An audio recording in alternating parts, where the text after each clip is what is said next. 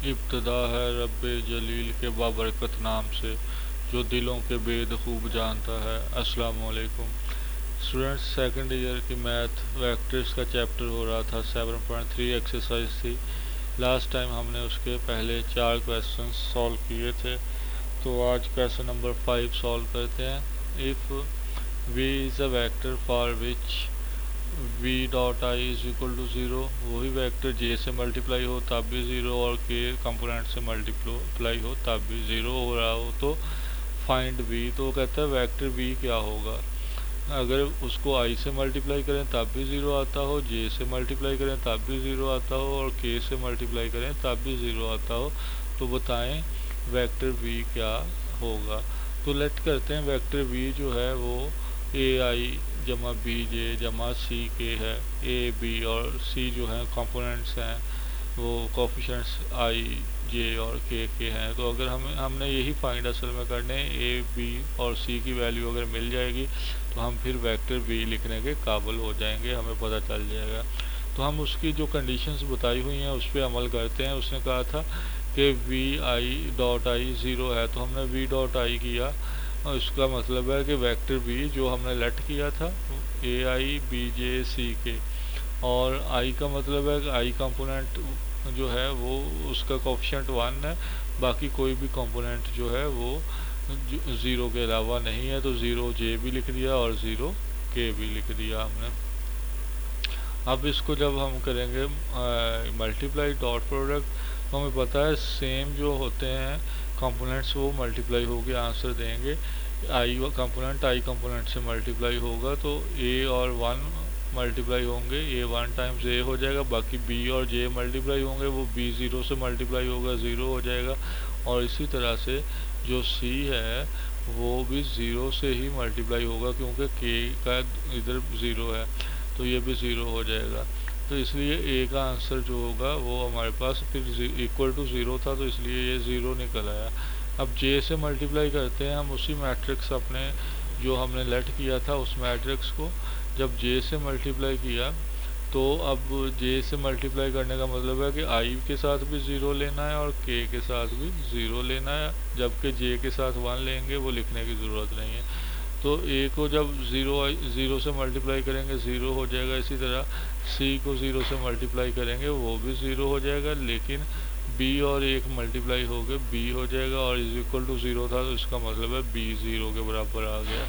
इसी तरह जब इसी वेक्टर को के से मल्टीप्लाई करना है, उसने कहा था ये भी डॉट प्रोडक्ट जो है वो ज़ीरो है, तो हमने यही काम वी और के साथ किया। तो ए आई बी जे सी के और के का मतलब है कि वो ज़ीरो आई है, ज़ीरो जे है और 1 के है, इक्वल टू ज़ीरो लिख दिया जो उसने बताया हुआ था। हमने वही काम कर रहे हैं। तो ए को ज़ीरो से मल्टीप्लाई किया ज़ीरो आई से तो ज़ीरो ही हो गया, बी जे को ज़ीरो जे से मल्टीप्लाई किया ज़ीरो हो गया, सी के और 1 के मल्टीप्लाई होके के नहीं लिखा जाएगा, सी और के को मल्टीप्लाई करेंगे सी हो जाएगा, इज इक्वल टू ज़ीरो आ गया। तो हमारा जो वेक्टर था लेट किया हुआ उसमें ए बी और सी अननोन थे, वो तीनों की वैल्यूज़ हमने निकाली, तीनों ज़ीरो ज़ीरो ही आई हैं। तो हमने zero I zero J zero के लिख दिया, तो यानी कि सारे कंपोनेंट्स वेक्टर जो रिक्वायर था उसके ज़ीरो ज़ीरो हैं। तो ऐसी सूरत में फिर ये कौन सा वेक्टर होगा जिसके सारे कंपोनेंट्स ज़ीरो हों, वो नल वेक्टर होता है। तो आंसर आ गया कि ये एक नल वेक्टर था जो हमें फाइंड करने के लिए कहा गया था। फिर क्वेश्चन नंबर 6 जो है इसके अंदर जी 2 पार्ट्स हैं हमारे पास। कह रहा है शो दैट दी वेक्टर्स, ये 3 वेक्टर्स दिए हुए हैं फॉर्म राइट ट्राइंगल के। ये तीनों वेक्टर्स जो हैं एक ट्राइंगल बनाते हैं और वो राइट ट्राइंगल होती है जी। कहता है साबित करेंगे वो ट्राइंगल राइट ट्राइंगल है। सबसे पहले तो हमें ये साबित करना पड़ेगा, देखना पड़ेगा कि क्या ये ट्राइंगल बनती भी है, उसके बाद फिर राइट का भी देख लेंगे कि 90 एंगल वाली बनती है, कायमा है या नहीं है। तो पहले तो ट्राइंगल उस वक्त बनेगी 3 वेक्टर्स की जब 2 वेक्टर्स को जमा करें तो आंसर तीसरे के बराबर आ जाए, कोई से 2 का मजमुआ तीसरे के बराबर आ जाए। तो जो हमने वो शुरू में पढ़ा था वेक्टर्स की एडिशन के बारे में, वो ट्राइंगल ला, उसमें ये होता था 2 वेक्टर्स का एडिशन जो होता है वो तीसरे के बराबर होता है, तब ट्राइंगल बनती है। तो हमने देखा जी u, v और w दिए हुए थे, हमने गौर किया कौन से दो ऐसे हैं जिनको जमा करें तो तीसरा बनता है। कोई है ऐसे दो, तो हमें पता चला जी v और w को जमा करें तो वो k के बराबर आता है। हमने करके भी देख लिया, v वेक्टर लिखा, जमा किया k वेक्टर w वेक्टर के अंदर, तो जब i कंपोनेंट में ऐड हुआ तो ये हमारे पास आ जाएगा जी 3i, 2i और 1i मिलके 3i हो जाएगा। इसी तरह से -3j जमा j माइनस के 2j हो जाएंगे, 5k माइनस 4k 1k हो जाएगा। तो ये v और w को जमा करके आया, और u भी यही था 3i माइनस 2j जमा k, तो ये हो गया। इसलिए u v w जो है ये एक ट्राइंगल तो बन गई है। अब राइट ट्राइंगल का देखना है कि क्या राइट ट्राइंगल बनती है या नहीं बनती। राइट ट्राइंगल उस वक्त होगी जब दो, यानी कि एक तो प्रूव करना था कि ये ट्राइंगल हो, दूसरा ये राइट हो।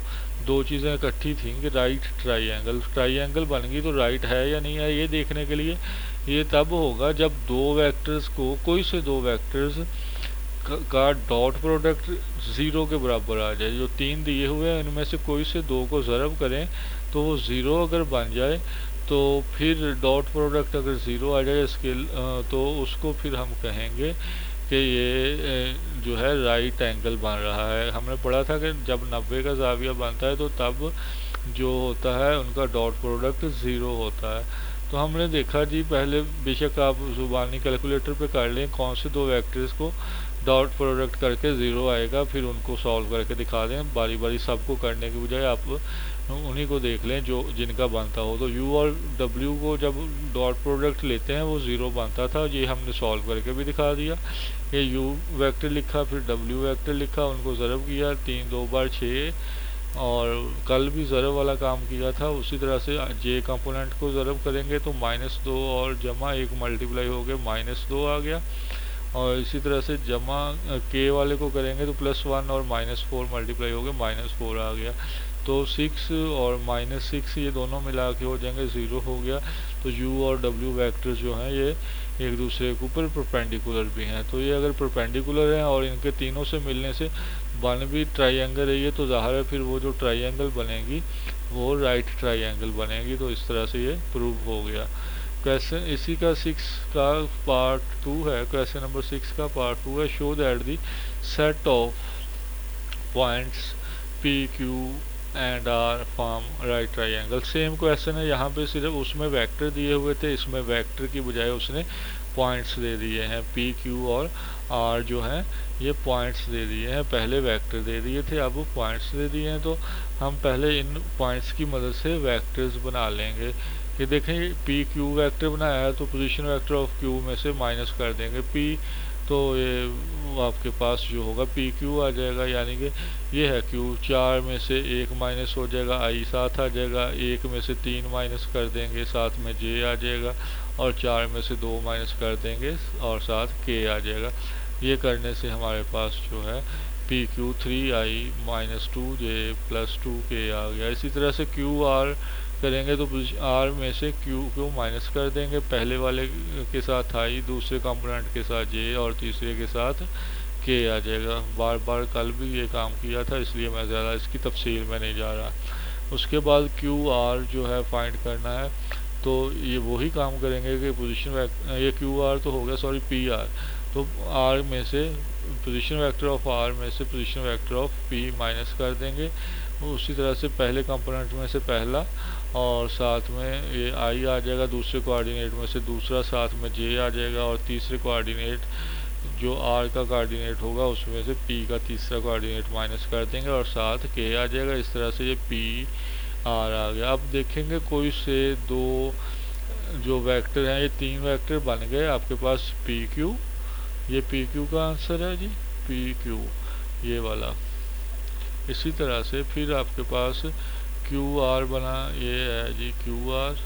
उसके बाद तीसरा आपने निकाला पी आर, तो इनमें से कोई से दो को जमा करें तो तीसरे के बराबर अगर तो आता हो तो फिर ये ट्राइंगल बन जाएगी। तो हमने देखा जी, यहाँ पे गौर किया तो हमें पता चला पी क्यू और क्यू आर को जमा करेंगे तो वो पी आर के बराबर आ जाएगा। देखें ये 2 और 3 5 आई, ये देखें इधर 5 आई था, उसके बाद -2 जमा 4j, तो जमा के 2j बच जाएंगे। इधर देखें जी 2j थे, उसके बाद 2k और 1k 3k हो जाएगा, तो ये 3k थे। तो इस तरह से ये पता चला कि PQ और QR को जमा करके PR बनता है, तो ये एक ट्राइंगल बनेगी। फिर देखेंगे कौन से दो ऐसे हैं जिनका डॉट प्रोडक्ट 0 बनता है, क्योंकि साबित करना है तो इसका मतलब कोई ना कोई दो तो ऐसे होंगे जिनका डॉट प्रोडक्ट 0 होगा।